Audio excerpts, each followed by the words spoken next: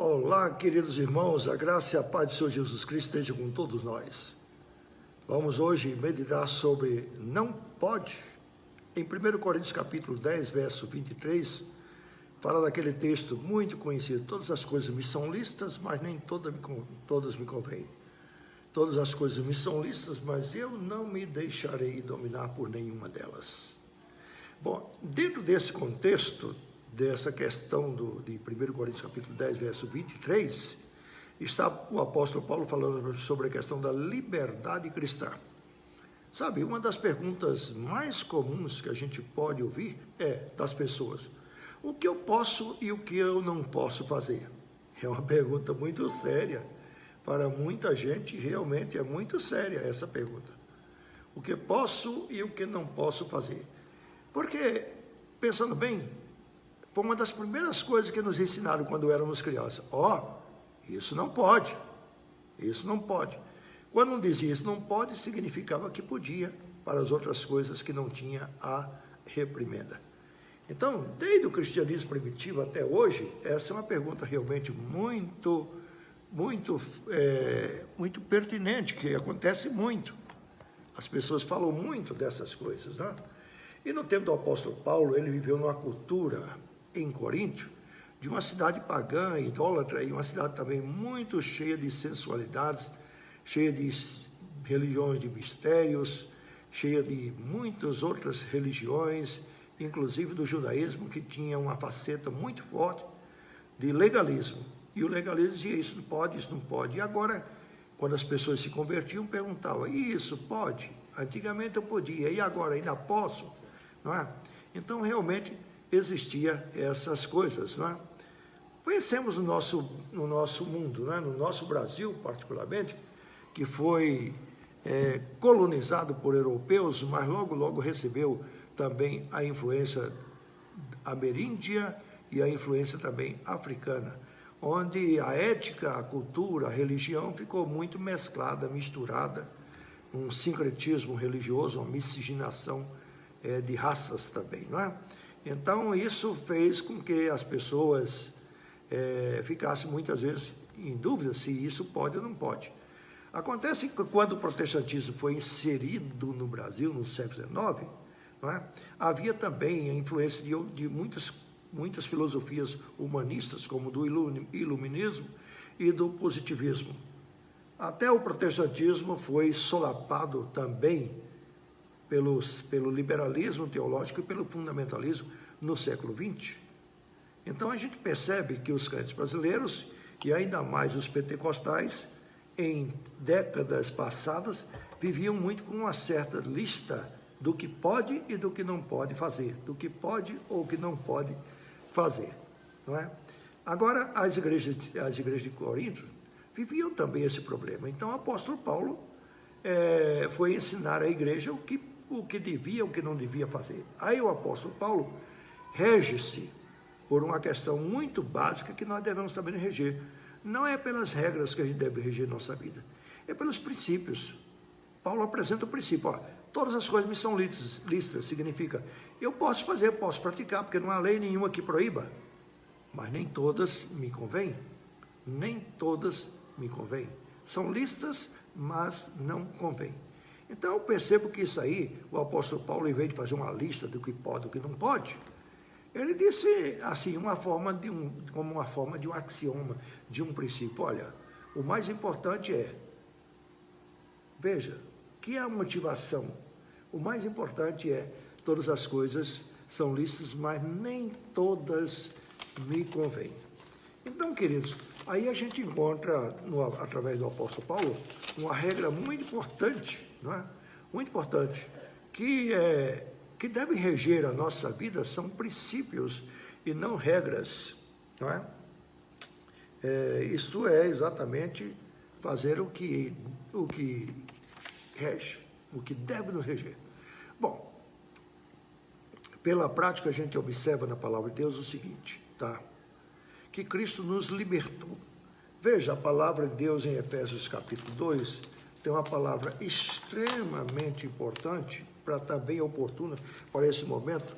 Efésios capítulo 2, ele vos deu vida estando vós mortos em vossos delitos e pecados, nos quais andastes outrora segundo o curso deste mundo, segundo os príncipes da potestade do ar, segundo o espírito do que atua nos filhos da desobediência, entre os quais também todos nós andamos outrora, segundo as inclinações da nossa carne, fazendo a vontade da carne e dos pensamentos, e éramos por natureza filhos da ira, como também os demais. Mas Deus, sendo rico em misericórdia, por causa do grande amor com que nos amou, e estando nós mortos em nossos delitos e pecados, nos deu vida juntamente com Cristo. Pela graça sois salvos. Maravilhoso esse texto. Inclusive, para esse assunto tão pertinente. Está entendendo? Bom, o que isso está querendo dizer? Olha, é o seguinte. A gente não aprende na Bíblia e não crê que é verdade, que devemos amar a Deus mais do que todas as coisas? Mais do que todas as coisas? Isso significa mais do que o próximo, está entendendo? Significa mais do que o cônjuge, mais do que qualquer pessoa, qualquer coisa, é amar a Deus. Então, veja, se eu não faço certas coisas porque a religião proíbe, eu não estou fazendo a vontade de Deus, eu estou fazendo talvez a vontade de um sistema religioso. Se eu não faço certas coisas porque eu tenho medo da repressão, da lei, de castigos ou das consequências, então eu estou preso, mas Cristo nos libertou para uma vida de liberdade. E o que é essa vida de liberdade? É quando a gente não faz as coisas por medo da repreensão, nem por medo de ser visto, nem por medo de receber as consequências. É quando a gente deixa de fazer as coisas por amor a Deus. Por amor a Deus, entendeu?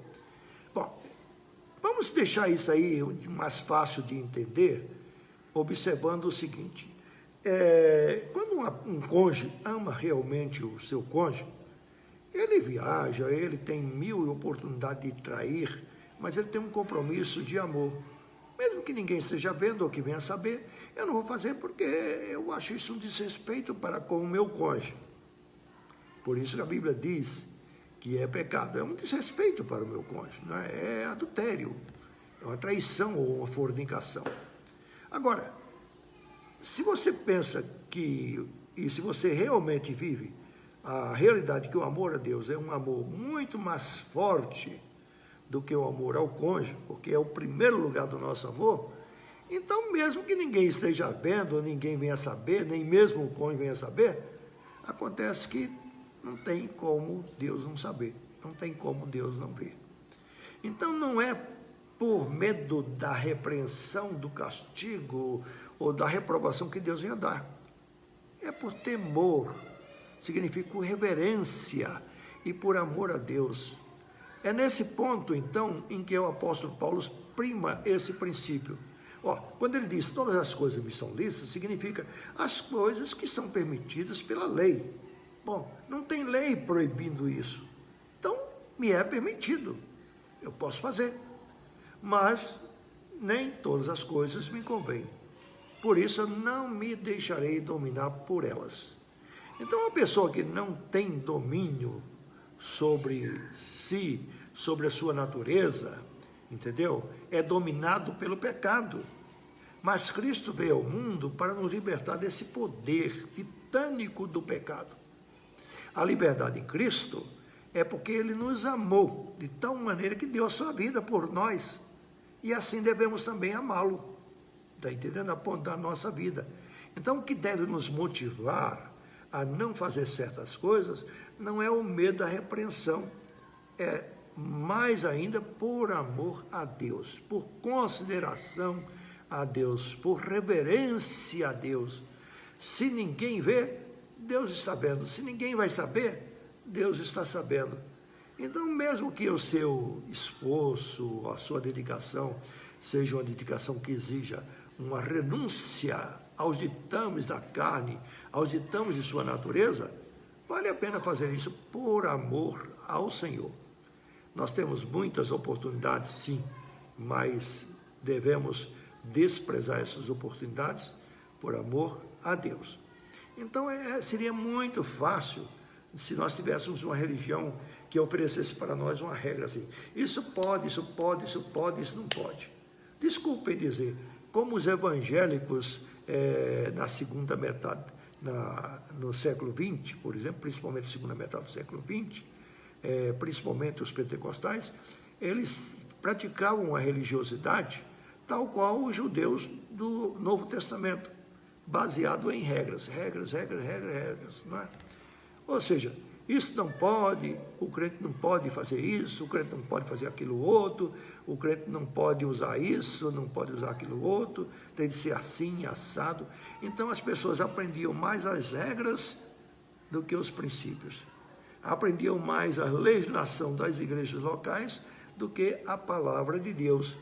Bom, desculpem dizer, mas eles saíam de um regime ditâmico da carne, da natureza, que o arrasta a fazer o mal e a pecar, para ir para um outro ditame, o ditame da religiosidade, da reprimenda, do medo, da reprovação, entendeu? E realmente não vejo muita vantagem nisso aí. Eu observo, sabe, que o realmente bom e agradável é fazer a vontade de Deus. Coisa boa é a gente saber que a vontade de Deus é o melhor para a nossa vida. Não posso porque Deus não quer. Não posso porque Deus não gosta. Não posso porque eu não estou agradando a Deus. Então, por isso, eu não vou fazer porque eu quero agradar a Deus. A minha motivação, portanto, é a motivação do amor ao nosso Senhor. Bom, fiquemos por aí. Eu acho que isso pode ajudá-lo a tomar decisões do que pode e do que não pode. Ame ao Senhor e você pode fazer o que agrada ao Senhor. Assim, a graça do Senhor Jesus Cristo e o amor de Deus o Pai esteja e continue com todos nós. Amém. Até uma próxima.